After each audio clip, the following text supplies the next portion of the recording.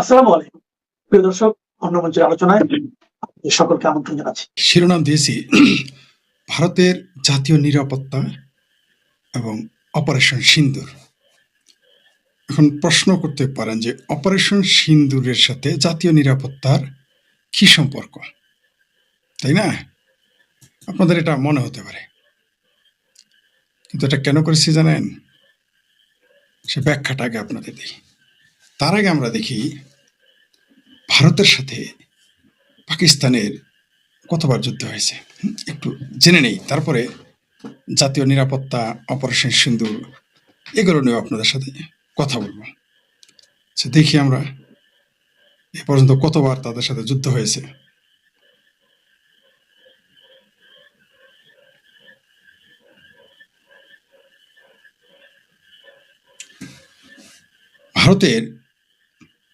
ভারত কিন্তু অনেকে বলেন না আপনারা ভারত ভাগ হয়েছে, আমি কিন্তু তা বলি না। ভারত স্বাধীন হয়েছে, আমি কিন্তু তাও বলি না। আমি বলি ভারত টুকরো হয়েছে। ভারত টুকরো হয়ে 47-এ প্রথম টুকরো হয়েছিল বার্মা থেকে। তার আগের ইতিহাসবাদ, আমি নিকট অতীতের ইতিহাস নিয়ে বলি। প্রথমে তারা ভারত টুকরো হয়েছে, ভারত ভেঙে ভারত চলে গিয়ে টুকরো হয়ে, তারপরে 47-এ পাকিস্তান ভারত নামে, ভারত আগেই ছিল, পাকিস্তান নামে একটি রাষ্ট্র হওয়ার মাধ্যমে ভারত আরেকবার টুকরো হয়ে গেছে। সেখানে আরেকটা চালাকি করেছে, পাঞ্জাবকে টুকরো করেছে, বাংলাকে টুকরো করেছে। বহু গবেষণা আছে পক্ষে বিপক্ষে, সেটা আলাদা বিষয়। এবার আসি, আপনি কতবার ভারতের সাথে যুদ্ধ হয়েছে? 1947 সাল থেকে শুরু করে সর্বশেষ অপারেশন সিন্দুর পর্যন্ত দেখেন যুদ্ধের কতবার হয়েছে শোনেন। প্রথম ভারত পাকিস্তান যুদ্ধ হয়, পাকিস্তান ভারত যুদ্ধ হয় 47-48 সালে। কাশ্মীরের নিয়ন্ত্রণ নিয়ে তাদের যুদ্ধ শুরু হয়। আচ্ছা, এই যে দেখবেন বদমাইশি করে যে মুসলিম অধ্যুষিত সংখ্যাগরিষ্ঠ কাশ্মীর, এই শব্দটা উচ্চারণ করা হয়। তাহলে হিন্দু অধ্যুষিত সবগুলোকে দিয়ে দিয়েছিলেন, আর মুসলিম অধ্যুষিত যে সমস্ত অঞ্চল ছিল আর কি পাকিস্তান চলে, সে বিতর্কে আমি যাচ্ছি না। প্রথমে যুদ্ধ হয়েছিল 47-48, তারপরে যুদ্ধ হয়েছে দ্বিতীয় ভারত পাকিস্তান যুদ্ধ 1965 সালে, তারপরে যুদ্ধ হয়েছে 1971 সালে। আমরা শুধু 71টা মনে রেখেছি। 71-এ যুদ্ধ হয়। তারপর কি হয়, 1971-এর পরে আবার কার্গিল যুদ্ধ হয় 1999 সালে, যদিও কার্গিল যুদ্ধকে সরাসরি যুদ্ধ বলে না। তারপরে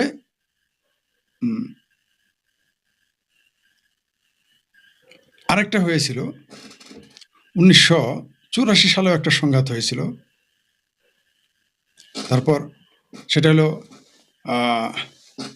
উচ্চতম স্থান, যেটা হলো সিয়াচেনে যুদ্ধ হয়েছিল একটা 84। তারপরে সীমান্ত নিয়ে সংঘর্ষ মাঝে মাঝে হতো 2000 থেকে 10 সালে মধ্যে বহুবার, তাদের মধ্যে 2000 থেকে 2000 সাল, 16 সালেও উরি হামলা হয়েছে, 19 সালেও বালাকোট বিমান হামলা হয়েছে।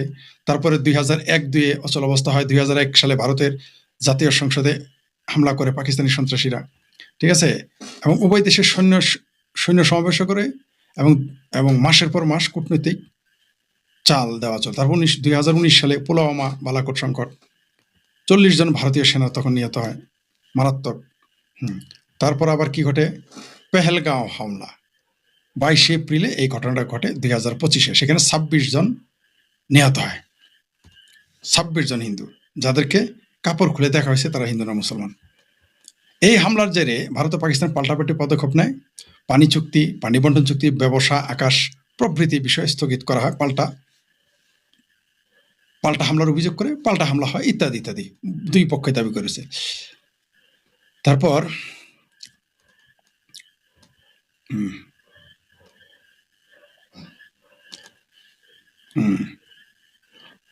এখন এটা আপনাদের একটা সংক্ষিপ্ত বিবরণ দিলাম। এটা বলার উদ্দেশ্য কি? নিশ্চয়ই আমার উদ্দেশ্য আছে। সেটা কি উদ্দেশ্য? আশা করি আপনারা আমার কথা শুনতে পাচ্ছেন। সুপ্রিয় দর্শক, আপনারা কি আমার কথা শুনতে পাচ্ছেন? হ্যাঁ, ধন্যবাদ। শুনতে পাচ্ছেন আমার কথা? একটু জানতে পাই। Watching from Mymensingh, thank you very much. Comrade Azad Kashmir PoK, Azad ভিখারিস্তান হাতছাড়া হতেছে, এটা অন্য ঘটনা, পরে বলতেছি। আচ্ছা, বাংলায় বাংলাদেশ বঙ্গবন্ধু, জি, আমার কথা আপনারা মনে হয় শুনতে পাচ্ছেন, তাই না? ক্লিয়ার শুনতে পাচ্ছেন বলে আশা করি। যেটা বলতেছিলাম, রাজনৈতিক আলোচনা এখানে এখানে রাজনীতি, যুদ্ধ এবং নিরাপত্তা নিয়ে কথা হবে। বেশি লম্বা করবো না, যত তাড়াতাড়ি সম্ভব শেষ করে দেবো, অনেক রাত। যারা এই লাইভ জয়েন করতে পারবেন না, আমি সলো প্রোগ্রাম করি, আমি এখনো শুরু করিনি, তবে আমরা একটা চ্যানেল করব আলাদা, যেখানে আমরা ডিজিটাল প্ল্যাটফর্ম করব, সেখানে আমরা দর্শক, আলোচক, সমালোচক এবং সংবাদ এগুলো নিয়ে আমরা এগুলো রিহার্সেল করতেছি। আমরা খুব শীঘ্রই, আমরা মানে আমি আমার পক্ষ থেকে একটা চ্যানেল করা হবে, সেখানে আপনাদের নেব। এই চ্যানেলে আমি সোলো প্রোগ্রাম করি, আপনারা জানেন আমি কাউকে নেই না, একক প্রোগ্রাম করি। আসাদ নূরের সাথে যে প্রোগ্রাম, সেটা আসাদ নূরের চ্যানেলে চলেছে, আসাদ নূর এখানে আমাকে প্রকাশ করার সুযোগ দিয়েছে। এছাড়া আমি আমার এই প্রোগ্রামে সোলো প্রোগ্রাম করে থাকি।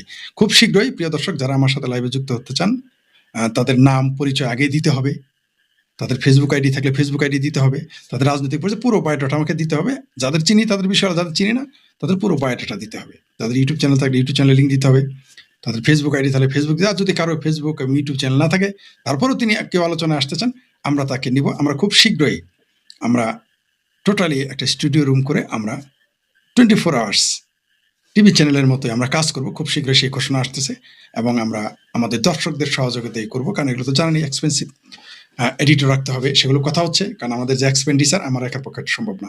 সেই আলোচনা আমরা করছি, তখন আমরা সবাইকে নিব, সেখানে আমাদের এডিটর্স থাকবে, এডিটর্স গ্রুপ থাকবে, আপনার উপস্থাপক থাকবে,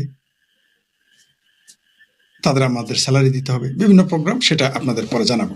ওই প্রোগ্রামে আপনারা যুক্ত হতে পারবেন। এইবার আসি, আপনারা কমেন্টস করতে পারেন, কোনো সমস্যা নেই, সম্ভব হলে জবাব দেবো, না হলে নেই। ফরিদ ভাই, স্বপ্ন দেখি না প্রায়, কিন্তু আজকাল স্বপ্নে আপনার সাথে সাক্ষাৎ হচ্ছে। তাই নাকি? পরশু রাতে স্বপ্নে? কি বলেন, তাই নাকি? এই এই কমেন্টটা না দেখা তো হয় না, যদিও কমেন্টসগুলো নিয়ে পরে শেষে যখন আমার বক্তব্য শেষ হবে তখন আমরা এগুলো নিয়ে কথা বলবো। যেটা বলতেছিলাম, আপনার সাউন্ড লো বলেন কি, তাই নাকি? সাউন্ড লো তো কি বলেন? আচ্ছা দেখি দেখি, ভালো বলেছেন বলে। সাউন্ড সাউন্ড আমি দুঃখিত দুঃখিত, সাউন্ড তো লো হওয়ার কথা না, এখানে সব বেশি করা আছে। আচ্ছা যাই হোক, এখানে তো সব কিছু দেওয়া। যাই হোক, আশা করি এখন আপনারা শুনতে পাচ্ছেন, আমি একটু চেক করছি। যাই হোক, যেটা বলতেছিলাম যে ফরিদ ভাই নাই, আচ্ছা আমরা কমেন্টস নিয়ে পরে কথা বলবো, ধন্যবাদ আপনাকে। কি বলেন, এটা কি বলেন? তো এই লোভ সামলাতে পারতেছেন এটা না দেখানো। ফরিদ ভাই, আমার আইডল আপনার ছবি আমার পাশে টাঙিয়ে, থ্যাংক ইউ ভেরি মাচ, আপনার প্রতি কৃতজ্ঞতা প্রকাশ করলাম। জি, আরেকজন লিখেছেন ফরিদ ভাই লুকিং নাই। যাই হোক, এগুলো আমি পরে আবার দেখাচ্ছি। হ্যাঁ, আমি দেখাবো, হ্যাঁ সেগুলো খুব শীঘ্রই দেখাবো আমরা। আচ্ছা, যেটা বলতেছিলাম, ভারতের জাতীয় নিরাপত্তা এবং অপারেশন সিন্দুর, আপনারা একটু আগে শুনলেন আমি কতগুলো যুদ্ধের কথা বললাম, সে 47 থেকে শুরু করে অপারেশন সিন্দুর পর্যন্ত পেহেলগাঁও হামলাকে নিয়ে আসলাম। প্রত্যেকটা যুদ্ধে পাকিস্তান মনে করে এটা জিহাদ করতেছে, এটা আপনাদের মনে রাখতে। পাকিস্তান কিন্তু যুদ্ধ করে না, ভারত যুদ্ধ করে, কিন্তু পাকিস্তান কিন্তু যুদ্ধ করে না। এটা ভারত আশা করি জানে, এবং সকল হিন্দু এটা জানে না, আশা করি ভারত এটা জানে, যেটা তারা যুদ্ধ করে থাকে। তো আমি আমার এখন বক্তব্যটা, ভারতের জাতীয় নিরাপত্তার সাথে যারা জড়িত তাদের জন্য আমার এই বক্তব্য, পাশাপাশি দর্শকরা শুনবেন আশা করি। আমি ছোট মুখে বড় কথা তো বলতে পারি না, আমি এত বড় ব্যক্তি নই যে ভারতকে আমি তাদের নিরাপত্তা উপদেশ দিতে পারবো। আমি আপনার অজিত দোভাল বলেন আর পররাষ্ট্রমন্ত্রী যিনি আছেন, আমি তার ছাত্র হওয়ার যোগ্য নয়, কোনো সন্দেহ নেই, ঠিক আছে? জয়শঙ্করজি বলেন আর অজিত দোভাল বলেন, নরেন্দ্র মোদী বলেন, অমিত শাহ বলেন, আমি তাদের ছাত্র হওয়ার যোগ্য না, কোনো সন্দেহ নেই। কিন্তু তারপর অনেক সময় ছোট মুখে বড় কথা বলতে হয়। এটা আমি বাংলাদেশের একজন বড় নেতার মুখে শুনেছি, বাংলাদেশের প্রথম 5 জনের একজন। তিনি বলতেন, আমরা কয়েকজন ছোট মানুষ, তখন আমি সবে কলেজে পড়ি, তাকে জিজ্ঞেস করছিলাম কোনো এক প্রশ্ন, তিনি বলেছিলেন, প্রথমে আমার এক বন্ধু এটা বলেছিল, পরে তাকে আমি সে বিখ্যাত রাজনীতিককে আমি প্রশ্ন করেছিলাম, আপনি এটা বলেছেন, এটা কি সত্য? বলছে হ্যাঁ, বড় বড় মাথায় ছোট ছোট ছোট জিনিস মাঝে মধ্যে ঢোকে না, মনে করাই দিবি। সেই জন্য এটা আমার কলেজ জীবনের শিক্ষা, তাই আমি মনে করি এটা বলা দরকার। আমি ভারত নিয়ে সবচেয়ে বেশি আমি জানি, বাংলাদেশের রাজনীতির চাইতে আমি ভারতের রাজনীতি বেশি স্টাডি করেছি। বাংলাদেশ, ভারত, তারপর আমি আমেরিকার পলিসি নিয়ে পড়ালেখা করেছি, মানে আমি স্টাডি করি। সবচেয়ে বেশি জানি আমি ভারতের, আমার দেশের চাইতে আমি বেশি জানি। আপনি আমার দেশকে নিয়ে কথা বলতে দিলে আমি হয়তো 2 দিন 3 দিন বলতে পারবো সর্বোচ্চ, কিন্তু আপনি যদি আমাকে ভারতের রাজনীতি নিয়ে কথা বলতে বলেন, আমি 1 মাস বলতে পারবো, একটা না, উইদাউট স্ক্রিপ্ট, উইদাউট মানে কোনো কিছু না দেখে আমি বলতে পারবো উইদাউট স্ক্রিপ্ট 1 মাস বলতে পারবো। তার বুঝছেন স্টাডিটা কি? তাই ছোট মুখে কিছু বড় কথা বলি। প্রথমত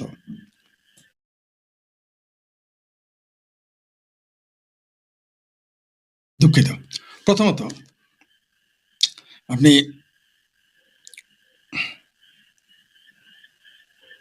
যুদ্ধ অস্ত্র এগুলো একটা দেশের নিরাপত্তা রক্ষা করে, কোনো সন্দেহ নেই, এ ব্যাপারে কারো ডাউট নেই। সৈনিক, অস্ত্র, পারমাণবিক অস্ত্র, যুদ্ধ বিমান, ট্যাঙ্ক, কামান, নৌবাহিনী, সেনাবাহিনী, বিমান বাহিনী একটা জাতির নিরাপত্তা রক্ষা করে, কোনো সন্দেহ নেই।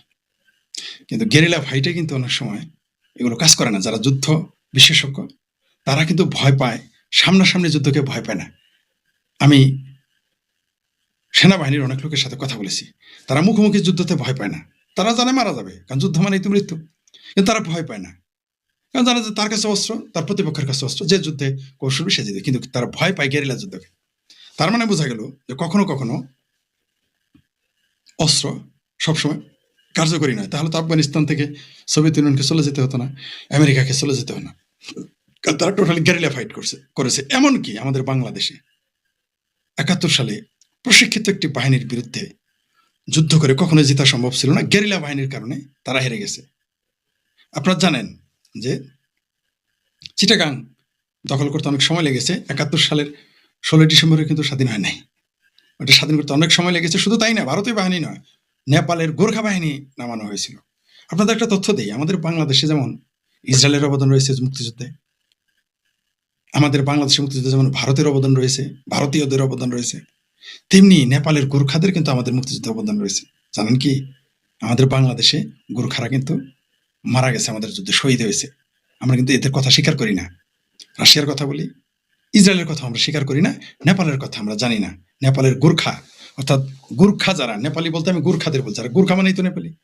এই গোর্খারা ওই শেষ মুহূর্তে হিলি এরিয়া দখল করতে সহযোগিতা করছে এবং আমাদের মুক্তিযুদ্ধে তারা শহীদ হয়েছিল। আমি তাদের স্যালুট করি। যারাই আমাদের মুক্তিযুদ্ধে সহযোগিতা করেছে এবং মৃত্যুবরণ করছে, শহীদ হয়েছে, তাদের সকলকে আমি স্যালুট করি, আমাদের বাংলাদেশি সহ। যেটা বলতেছিলাম, তাহলে কি বোঝা গেল? সবসময় অস্ত্র কাজ করে না, গেরিলা বাহিনীকে মানুষ ভয় পায়। তেমনি আজকাল যুদ্ধ কিন্তু শুধুমাত্র অস্ত্রের যুদ্ধে জেতা যায় না। অস্ত্রের যুদ্ধে আপনাকে জিতবেন এটা কোনো গ্যারান্টি নেই। তার প্রমাণ, সোভিয়েত ইউনিয়নের কাছে কিন্তু কম অস্ত্র নেই। এখনো সারা পৃথিবীতে যত পারমাণবিক অস্ত্র রয়েছে, সোভিয়েত ইউনিয়ন বা রাশিয়াতে সবচেয়ে বেশি রয়েছে। এখনো এখনো সবচেয়ে বেশি পারমাণবিক অস্ত্র রয়েছে। আপনি কি সোভিয়েত ইউনিয়নে ভাঙন রুখতে পেরেছেন? 15টা দেশ বের হয়ে গেছে। একটা দেশই বের হয়ে গেছে, ইউক্রেন, সেটা পৃথিবীর 20তম বড় দেশের মধ্যে একটা, সরি সম্ভবত 9ম 10-এর মধ্যে একটা। তাহলে চিন্তা করে দেখছেন কত বড় একটা দেশ বের হয়ে গেছে রাশিয়া থেকে, সোভিয়েত ইউনিয়ন থেকে। সোভিয়েত ইউনিয়ন ভেঙে গেছে। অস্ত্রই যদি আপনার দেশকে রক্ষা করতে পারে, শক্তি। ব্রিটিশরা কিন্তু যুদ্ধে হারেনি, ব্রিটিশরা যুদ্ধে জিতেছিল, রাইট? দ্বিতীয় বিশ্বযুদ্ধে কিন্তু ব্রিটিশ কিন্তু ভেঙে গেছে, ব্রিটিশ টিকতে পারেনি, জেতার পরও। তাহলে বোঝা গেল কি, অস্ত্র হলেই হয় না, আরো কিছু দরকার আছে। কূটনীতির দরকার আছে, জনমতের দরকার আছে, গোয়েন্দার ব্যাপার আছে, মিডিয়ার ব্যাপার আছে। আজকাল যে যুগ, এখন মিডিয়ার যুগ। আপনি মিডিয়াতে আপনাকে জিততে হবে। আজকে যে ইসরায়েল এত জিততেছে, আপনি মনে করেন না যে সে শুধু অস্ত্রেই শক্তিশালী, সে মিডিয়াতে পৃথিবীর সবচেয়ে বেশি শক্তিশালী। আপনাকে জানেন যে ইরানের টিভি তারা হ্যাক করে ফেলে, সরকারি টিভি, তাদের মতো করে তারা নিউজ ছাপাইতে বাধ্য করে, শোনাইতে বাধ্য করে। এমনকি পৃথিবীতে নিউজ পেপারগুলো নিয়ন্ত্রণ কারা করে? ইসরায়েল। তারা সব media Mughal, media king. Media একটা ব্যাপার। তো মিডিয়া আগে তো ছিল পত্রিকা, টেলিভিশন। এখন মিডিয়া কি? এখন মিডিয়া কিন্তু সামাজিক যোগাযোগ মাধ্যম, ফেসবুক, ইউটিউব, টুইটার, এগুলো কিন্তু খুবই গুরুত্বপূর্ণ। আরো কিছু সামাজিক যোগাযোগ মাধ্যম রয়েছে যেগুলো এত জনপ্রিয় নয়, কিন্তু মিডিয়া কিন্তু একটা ব্যাপার। বাংলাদেশে শুধু গুজবের উপরে ভিত্তি করে শেখ হাসিনা সরকারকে উচ্ছেদ করে ফেলা হয়েছে, শুধুমাত্র মিডিয়ার উপরে। ওখানে কি কেউ যুদ্ধ করেছে? ওইখানে কেউ 20 লক্ষ লোক হয়েছে? হয় নাই। ওই তালিবর্ষ ও অন্তস্তকের হাদির জানাজায় যত লোক হয়েছে, ওই ঢাকা শহরে তোগুলো লোক কিন্তু আক্রমণ করে নাই। কিন্তু আওয়ামী লীগ কেন হেরে গেছে? মিডিয়া কু হয়ে গেছে। কি মিডিয়া? টেলিভিশন নয়, সামাজিক যোগাযোগ মাধ্যমের কু হয়ে গেছে, টেরি পায় নাই। যেটা 2013 বা 14 সালে আওয়ামী লীগের সাধারণ সম্পাদক এবং মন্ত্রী, জাতীয় 4 নেতা একজনের পুত্র সৈয়দ আশরাফ সাহেব সেটা বলে গিয়েছিলেন যে আগামীর যুদ্ধ হবে সামাজিক যোগাযোগের মাধ্যমের যুদ্ধ, সেটা ঘটে গেছে। আওয়ামী লীগ, সেখানে আওয়ামী লীগের কি লোকজন কম? ছাত্রলীগের কি লোকজন কম ছিল? তাদের হাতে পুলিশ ছিল, মিলিটারি ছিল, বিজেপি ছিল, কি ছিল না? টাকা ছিল, পয়সা ছিল, শিল্প ছিল, কত দালালও ছিল। টিকতে পারে না কেন? তারা সামাজিক যোগাযোগ মাধ্যম দখল করতে পারেনি। এক গুজবেই আওয়ামী লীগ সরকার উল্টে গেছে। কেউ আমেরিকা থেকে গুজব ছড়াতো, কেউ ফ্রান্স থেকে গুজব ছড়াতো, কেউ অস্ট্রেলিয়া থেকে গুজব ছড়াতো, কেউ পৃথিবীর আরো অন্যান্য দেশ থেকে গুজব ছড়াতো। সেই গুজবগুলোকে মহামারী রূপে বাংলাদেশে ছড়িয়ে দেওয়া হতো। আপনি দেখেন আসিফ সার কি মিথ্যা কথাটা বললো, 26 লক্ষ ভারতীয় বাংলাদেশে চাকরি করে, এক গুজবে দেখেন কি করে ফেলল। 30,000 রক্ষী বাহিনী মেরেছে কে? আওয়ামী লীগ। 30,000 কর্মী মেরেছে রক্ষী বাহিনী, ঠাড়াপাড়া মিথ্যা কথা। কিন্তু এটা মুখে মুখে সারা দেশে ছড়িয়ে দিয়েছিল জামাতেরা আর মুক্তিযুদ্ধ বিরোধীরা সেই সময়। স্বয়ং মাহবুব কামাল, তিনি জাসদের, তিনি বলেছেন 100 জন জাসদের কর্মী মেরেছে। এটা যদি কেউ প্রমাণ করতে পারে রক্ষী বাহিনীর দ্বারা 100 জন জাসদ, তিনি রাজনীতি ছেড়ে দিবেন। এই তো এটা 3 দিন আগের কথা। এটা হচ্ছে গুজব। এবং আরেকটা উদাহরণ দেয়, আপনি মহাভারতে যান, পৃথিবীর প্রথম প্রোপাগান্ডা, প্রথম গুজব, মানে যদি আপনি মানে মহাকাব্যে থেকে আসেন, অশ্বত্থামা কি ছিল? হাতির নাম। আবার ওইদিকে যোদ্ধার নাম বলেছে অশ্বত্থামা মারা গেছে, যুদ্ধ শেষ। ওটা আস্তে বলেছে, ওটা জোরে বলেছে, ঠিক আছে? প্রথম প্রোপাগান্ডা। প্রোপাগান্ডা এরকম একটা জিনিস, মহাভারতের যুদ্ধে প্রোপাগান্ডাতে জিতে গেছে। মরেছে হাতি, মনে করেছে পুত্র মারা গেছে, যুদ্ধ থেমে গেল। এটা হচ্ছে প্রোপাগান্ডা। মহাভারত পড়ে দেখবেন, চমৎকার। আপনি মহাভারত যদি পড়েন সব আপনি বুঝে যাবেন। মহাভারত কিন্তু ধর্মীয় গ্রন্থ না, ওটা একটা রাজনৈতিক গ্রন্থ, ওটা একটা সাহিত্যের গ্রন্থ, কাব্য, ইতিহাস, ক্ষেত্র বিশেষ বিজ্ঞানও থাকতে পারে গবেষণা করলে, সেটা আমি বলতে পারবো না। ইতিহাস পড়বেন, কূটনীতি বুঝতে পারবেন, আপনার চিন্তা বিকাশ ঘটবে, লেখার ক্ষমতা বেড়ে যাবে, আত্মবিশ্বাস বেড়ে যাবে। বাচন, আপনি যদি ভালো বক্তা হতে চান আপনাকে মহাভারত পড়তে হবে। আপনি কি জানেন যে আলমগীর, নায়ক আলমগীর আমাদের বাংলাদেশের, একটু গল্পের ছলে বলি, আজকে ঘুম হচ্ছে না, বিভিন্ন বিষয় নিয়ে কথা বলি, যারা রাত জায়গায় নিশাচর প্রাণী আমার সাথে থাকতে পারেন। নায়ক আলমগীর, তার ব্রাহ্মণবাড়িয়ার মানুষ, তার কণ্ঠে ব্রাহ্মণবাড়িয়ার টান বা ওই দিকের টান থাকতো, তার জন্য তার উচ্চারণ ঠিক করার জন্য তাকে বলা হয়েছিল যে তুমি রবীন্দ্রনাথের কবিতা পড়ে এসো। এটা তিনি স্বয়ং নায়ক আলমগীর বলেছেন। রবীন্দ্রনাথের কবিতা, একটা কবিতা দিয়েছে, নামটা ভুলে গেছি। তাকে যে কবিতা বলতে বলা হয়েছে সেটা ভারতীয় মাইথোলজির উপরে কবিতা। সেই কবিতা আবৃত্তি করে তিনি তার উচ্চারণ শুদ্ধ করে ফেলেছেন, তার প্রনাউন্সিয়েশন, আঞ্চলিক প্রনাউন্সিয়েশন তিনি পরিত্যাগ করেছেন কবিতা আবৃত্তি করে। তো মহাভারত বুঝতে পারছেন তো কি? এটা আমি ধর্মীয় গ্রন্থ হিসেবে আপনাকে বলতেছি না। হিন্দুরা মহাভারতের একটি অংশ, ছোট্ট একটি অংশ, গীতাকে তারা ধর্মীয় গ্রন্থ মনে করে। আপনি ওটাকে সাহিত্য হিসেবে পড়েন, দর্শন হিসেবে পড়েন, কূটনীতি হিসেবে পড়েন, দেখবেন অনেক কিছু। তারপরে আপনি পড়েন গিয়ে চাণক্য নীতি, কৌটিল্যের অর্থশাস্ত্র পরে পড়েন, আগে এগুলো পড়তে হবে আপনি। মহাভারত, যেটা বলতেছিলাম, মহাভারতের প্রথম প্রোপাগান্ডা কিন্তু যুদ্ধে জিতে গেছে। দ্বিতীয় বিশ্বযুদ্ধে জার্মান জিতেই গিয়েছিল, তাকে জানেন আপনার? সেখানেও প্রোপাগান্ডা চলেছিল। যখন ব্রিটিশরা, এটা আমি বহু আগেও লিখেছি, কয়েকবার ফেসবুকে লিখেছি, বলেছি, ব্রিটিশরা যখন পালিয়ে আসতেছিল নদী সাঁতরে, হিটলারের কাছে খবর গিয়েছিল যে যাবে, যে ব্রিটিশরা পালিয়ে যাচ্ছে, তার কাছে উল্টা গিয়েছিল, বলেছিল যে তার সৈন্যরা পালিয়ে আসতেছে, যুদ্ধ হেরে গেছে। যুদ্ধ প্রোপাগান্ডা একটা ফ্যাক্টর। আপনার জীবনেও দেখেন ষড়যন্ত্র, প্রোপাগান্ডা। আপনি খারাপ লোকের সাথে, আপনি সমাজে যারা ভালো মানুষ তারা কিন্তু খারাপ লোকটার সাথে পারে না, কারণ খারাপ লোকটার অনেক সার্কেল থাকে। তার মদের দোকানে তার লোক থাকে, মসজিদে তার লোক থাকে, মন্দিরে তার লোক থাকে, জুয়ার আড্ডায় তার লোক থাকে, গাজার আড্ডায় তার লোক থাকে, হাটে তার লোক থাকে, চোরের আড্ডায়, ডাকাতের আড্ডায়, বদমাইশের আড্ডায় তার লোক থাকে।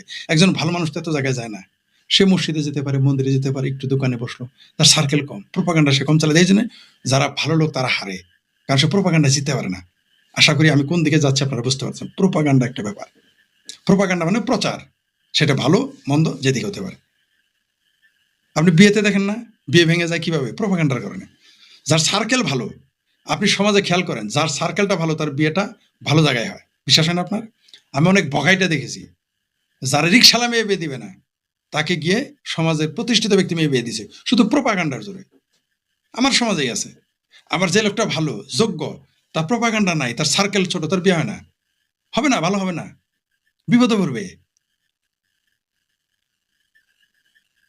ঠিক কূটনীতি হলো, এটা হলো কূটনীতি। এটা রাষ্ট্রীয় জীবনে নেন। ভারত ভারত যে খুব শক্তিশালী রাষ্ট্র তা কিন্তু না, ভারত যে যোদ্ধা জাতি তা কিন্তু না, কিন্তু তারপর ভারতকে আপনি ধ্বংস করতে পারেন না কেন? ভারতের কূটনীতি খুব শক্তিশালী। কিন্তু ওই যে বড় বড় মাথায় ছোট ছোট জিনিস ঢোকে না, ওই দিকে এবার যাচ্ছি। কি? তারা বেশি স্লো মোশনে যায়, তারা বেশি ডিফেন্সিভ খেলে, ইতালির মতো। ইতালি দেখেন না, বিশ্বকাপ পায় না, এত ভালো খেলে সেমিফাইনালে যাবেই, সাউথ আফ্রিকার মতো ফাইনালে যেতে পারে না। ভারত এই জায়গায় আটকে যায়। কিভাবে? উদাহরণ দিই।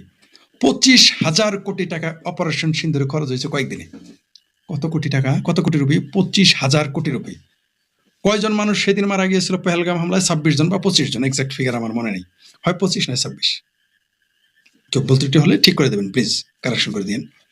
25 বা 26 জন মারা গেছে। এই 25-26 জনের প্রতিশোধ নিতে ভারত 25,000 কোটি টাকা খরচ করেছে। আসলে কি এই যুদ্ধে 25,000 কোটি টাকা খরচ করার প্রয়োজন ছিল? আমার মনে হয় না। সেই জন্যই বলছি ভারতের নিরাপত্তা অপারেশন সিন্ধু। আপনি দেখেন পশ্চিমবঙ্গে শুধু মাদ্রাসাতে দিয়েছে 5,000 কোটি রুপি। সাউথে সংস্কৃত ভাষা শেখার জন্য গভর্নমেন্ট দিয়েছে 4,000 কোটি রুপি। হ্যাঁ, এগুলোর দরকার আছে, একটা দেশের উন্নয়নে, ভাষার উন্নয়নে, শিক্ষার উন্নয়নে দরকার আছে, কোনো সন্দেহ নেই, অস্বীকার করছি না। যুদ্ধের জন্য খরচ তো হবে, যুদ্ধ মানেই তো খরচ। এই যে ইরাক, ইরান, আমেরিকা, সৌদি আরবে যুদ্ধ হচ্ছে, মানে যে ক্ষতি হয়েছে, যে টাকা খরচ হয়েছে, টাকার হিসাব করেন, এরকম বাংলাদেশ কয়েকটা কিনে ফেলা যায়, বলবে না তো এরা। কিন্তু যেতটুকু এসেছে আপনার দম বন্ধ হয়ে যাবে যে কত হাজার কোটি টাকা খরচ হয় প্রতি মিনিটে, সেকেন্ডে কাউন্ট করতে পারবেন কোটি কোটি টাকা। যুদ্ধ হইল এমন। এখন এইবার আসেন, এই যে সোভিয়েত ইউনিয়ন যুদ্ধে হেরেছে আমেরিকার সাথে প্রপাগান্ডা, সম্ভবত বার্নার্ড শো নাকি আইনস্টাইনকে বলেছিল, আমার এই মুহূর্তে মনে নেই, আমি লিখেছিলাম, বলা হয়েছিল সোভিয়েত ইউনিয়ন টিকবে কিনা, নামটা ভুলে গেছি এখন এই মুহূর্তে, মনে থাকে না, সরি। আমি তো কি বলে পাণ্ডুলিপি রাখি না তো, আমি কোনো কিছু ছাড়া বলি তাই ভুল হয়ে যায়, তাই নামটা আমার খেয়াল নাই। তাকে বলেছিল সোভিয়েত ইউনিয়ন টিকবে কিনা, তিনি বলেছিলেন না, টিকবে না। সম্ভবত বার্নার্ড শ নাকি আইনস্টাইন, আমার মনে নাই এখন। পরে বললো যে কেন টিকবে না সেটা বলেন। তিনি কি বলেছিলেন জানেন? কোনো ব্যাখ্যাতে দেয়নি, কোনো আলোচনা দেন, তিনি স্ট্রেট বলে দিয়েছেন আমেরিকা চাই না তাই থাকবে না, টিকবে না। সত্য হয়েছে, কিন্তু সমাজতন্ত্র ভেঙে গেছে, সোভিয়েত ইউনিয়ন ভেঙে গেছে। কি বলেছিল? যে আমেরিকা চাই না তাই থাকবে না। আমি একটা পোস্ট দিয়েছিলাম, অনেক সমাজতান্ত্রিক নেতা সেগুলো শেয়ার করেছিল অনেক আগে, 8-10 বছর আগে। আপনারা কি জানেন 1973 সাল পর্যন্ত শুধুমাত্র সমাজতন্ত্রের বিরুদ্ধে প্রোপাগান্ডা চালাইছে আমেরিকা বিলিয়ন বিলিয়ন ডলার। আপনি খেয়াল করেন 73 সালে বিলিয়ন ডলার মানে এখন কত? আমেরিকা কিন্তু যুদ্ধ করে নেই, রিস্ক নেয়নি, এখনো তারা কিন্তু সরাসরি মস্কো, ওয়াশিংটন ফাইট হয় নাই, এখনো হচ্ছে না, কিন্তু সবাই জানে সব যুদ্ধ তারাই করাইতেছে বা তারা করতেছে। এই যে শেখ হাসিনা উচ্ছেদ, এখানেও খুঁজলে আপনি আমেরিকা তো পাবেনি, রাশিয়াও পাবেন। ইউক্রেন, রাশিয়া তো পাবেন, আমেরিকা পাবেন। এই যে ইরান, এখানে রাশিয়াও পাবেন, আমেরিকা পাবেন। ভেনেজুয়েলা, রাশিয়া পাবেন, আমেরিকাও পাবেন। আরো দেশ আছে, কিন্তু এরাও আছে, থাকেই এরা। চায়নাকে কেন দুর্বল করতেছে? চায়না দুর্বল হলেও রাশিয়াও দুর্বল হয়ে যাবে, রাশিয়া দুর্বল হলে চায়না দুর্বল হয়ে যাবে, ইরান দুর্বল হলে চায়না দুর্বল হবে, ভেনেজুয়েলা দুর্বল হলে চায়না দুর্বল হবে। প্রত্যেকটা যুদ্ধ আপনি দেখেন ভেতরে ভেতরে দেখেন আমেরিকা, রাশিয়া যায় না। কিন্তু সোভিয়েত ইউনিয়নের বিরুদ্ধে সবচেয়ে বেশি পয়সা 1900 দেখেন আপনি, সেই দ্বিতীয় বিশ্বযুদ্ধের পরের দিন থেকে, আবারও বলি দ্বিতীয় বিশ্বযুদ্ধের পরের দিন থেকে রাশিয়ার বিরুদ্ধে পয়সা খরচ করে যাচ্ছে শুধুমাত্র রাশিয়াকে ধ্বংস করার জন্য আমেরিকা, এই মুহূর্ত পর্যন্ত। একবার তো ভেঙেছে রাশিয়া, সোভিয়েত ইউনিয়ন ভেঙে রাশিয়া হয়ে গেছে। কি কেন? যুদ্ধ না করে, টাকা খরচ করে। সৌদি পাকিস্তান দেখেন, ভারতের সাথে ফাইট চলে, ভারত কি করে পুরো পাকিস্তানটাকে বিনা যুদ্ধে ভিখারিস্তান বানিয়ে ফেলেছে পরিকল্পিতভাবে। আপনি যত কিছু বলেন, আজকে যে পাকিস্তানের যে অর্থনৈতিক দুর্গতি, পৃথিবী থেকে আইসোলেটেড, এটা ভারতের কূটনৈতিক শক্তি, যুদ্ধে না। যুদ্ধে দেখেন এই পেহেলগাঁও হামলাতে 25,000 কোটি রুপি, ক্যান ইউ ইমাজিন? আমি যে কথাটা বলতে চাচ্ছি, ভারতীয় জনগণ আশা করি আমার কথাটা শুনবে, মানবে কিনা, আলোচনা করবে কিনা জানি না, এবং ভারতের নিরাপত্তার সাথে যারা জড়িত তারা শুনবেন। আমি এটা বলেছি, এমন না যে বলি না, বিভিন্নভাবে বিচ্ছিন্নভাবে বলেছি, আজকে শুধু নিরাপত্তা নিয়ে বলবো। এতক্ষণ কেন বলবেন যে এই এত কথা কেন বললাম? ধান বানতে অনেক সময় শিবের গীত গাইতে হয়, নলে ধান বানা যায় না। তাই ধান বানতে তখন শিবের গীত গাইলাম। ভারতের নিরাপত্তা রক্ষার জন্য আমি বলেছিলাম, ভারতের নিরাপত্তা যেমন ক্ষতি করে মুসলমান, ভারতের নিরাপত্তা রক্ষাও করতে পারে মুসলমান। ভারতের নিরাপত্তা নির্ভর করে ভারতের এবং তার আশেপাশের মুসলমানের মগজের উপরে। আমি জানি আমার সাথে এই ব্যাপারে অনেকে দ্বিমত পোষণ করবেন। বাংলাদেশ, ভারত এবং পাকিস্তানের মুসলমানদের মগজ যদি নিয়ন্ত্রণ না করতে পারে ভারত অস্ত্র দিয়ে ভারতকে রক্ষা করতে পারবে না। 47-এ পারা যায় নাই, পারবেনও না। সে আপনাকে 1000 কাট করবেই। মগজে আক্রমণ করতে হবে। ইসরায়েল কিন্তু শুধুমাত্র যুদ্ধে জিততেছে না মধ্যপ্রাচ্যে, এটা মনে করে যারা করেন তারা ভুল। তারা কিন্তু একই সাথে শাসকদের মগজ দখল করে নিয়েছে। ইসরায়েল মধ্যপ্রাচ্যের সকল শাসকের সাথে তাদের গাইটা প্রীতি, ইনক্লুডিং তুরস্কের রাডার কাকে নিরাপত্তা দেয়? ইসরায়েলকে। তুরস্কের জ্বালানি কোথায় যায়? ইসরায়েলে। তার মানে কি ইসরায়েল শুধুমাত্র যুদ্ধে শক্তিশালী নয়, অর্থে শক্তিশালী নয়, সামরিকভাবে শক্তিশালী নয়, কূটনীতিতে শক্তিশালী নয়, সে মগজ দখল করার কাজও করতেছে। দুবাই 100% তার দখলে, জর্ডান 50% দখলে, সৌদি আরব 50% দখলে। এগুলো আপনারা জানেন? মিডল ইস্ট থেকে হামলা করেছে ইরানে, কে না জানে এখন? আমি আজ থেকে 10-15 বছর আগে যখন বলেছি, আপনারা কি জানেন আমি বলেছিলাম সৌদি আরব আর ইসরায়েল হচ্ছে খুবই খাতিরের লোক, এরা নিজেদের মধ্যে সম্পর্ক হলো। আমাকে আমার এলাকায় মেরেছে, আমাকে পিটিয়েছিল এই কথা বলার জন্য। আজকে তারাই দেখি সৌদি আরবের গালি দেয়। এখন আব্রাহাম অ্যাকর্ডে যুক্ত হয়েছে না সবাই, এমনকি আপনি দেখবেন কয়েকদিন পর ইসরায়েল এখন এই মুহূর্তে পাকিস্তানের মগজ দখলের চেষ্টা করতেছে। ভারতের উচিত হবে যুদ্ধ নয়, 25,000 কোটি টাকা, জাস্ট 25,000 কোটি টাকা খরচ করলেই, যদি 10 বছর যাবৎ 25, 30 বা 50,000 বা 1 লাখ কোটি টাকা খরচ করে ভারত, আগামী 10 বছর পরে ভারত নিরাপদ। বেশি না। আপনি কেন এইভাবে এতবার যুদ্ধ করে খরচ করবেন? কেন এত বড় বিশাল সেনাবাহিনীর বহর আপনাকে পালার পরেও আপনি টেনশনে থাকবেন? আওয়ামী লীগের মতো দলকে আপনি ক্ষমতায় রাখার পরেও টেনশনে থাকেন সরকার কখন উচ্ছেদ হয়ে যায়। তাহলে বিষয়টা কি দাঁড়ালো? যে আপনি যদি আপনার পক্ষের সরকার ক্ষমতায় থাকে, আপনি নিশ্চিত না। এই যে এখন আওয়ামী লীগ সরকার ক্ষমতা নেই, পুরো ভারত অনিরাপদ হয়ে গেছে। আপনারা কি জানেন এই মুহূর্তে বাংলাদেশ ভারতের জন্য সবচেয়ে বড় বিপজ্জনক দেশ? আমেরিকা না, চায়না না, পাকিস্তান না, সবচেয়ে বিপজ্জনক দেশ বাংলাদেশ হচ্ছে ভারতের জন্য গলার কাটা। না গিলতে পারবে, না বমি করতে পারবে, আটকে গেছে। তাহলে কি করতে হবে? আমি এখন বলবেন আমি ভারতের নিরাপত্তার কথা কেন বলতেছি, আমার কি লাভ? আমি তো বাংলাদেশি, তাই না? এবং মুসলিম পরিবার থেকে আসা। তাহলে আমি কেন এটা বলি? আমিও কিন্তু আমার দেশের স্বার্থেই বলতেছি। কারণ ভারত স্টেবল থাকলে, ভারত ভালো থাকলে আমরা ভালো থাকবো, আমরা বাংলাদেশিরা ভালো থাকবো। নাহলে আমরা বাংলাদেশেরও অনিরাপদ হয়ে যাবো, বিপদে পড়ে। যেমন এখন পড়ে গেছে বাংলাদেশের অর্থনীতি, রাস্তায় নেমে গেছে, পথে বসে গেছে। বাংলাদেশের গণতন্ত্র বঙ্গোপসাগরে চলে গেছে। বাংলাদেশের শিক্ষা ব্যবস্থা ফিনিশড, নেই অর্থনীতি, নেই ব্যবসা নেই। কেন? কারণ এই মুহূর্তে ভারত যখন অনিরাপদ, আমরা অনিরাপদ হয়ে যাই।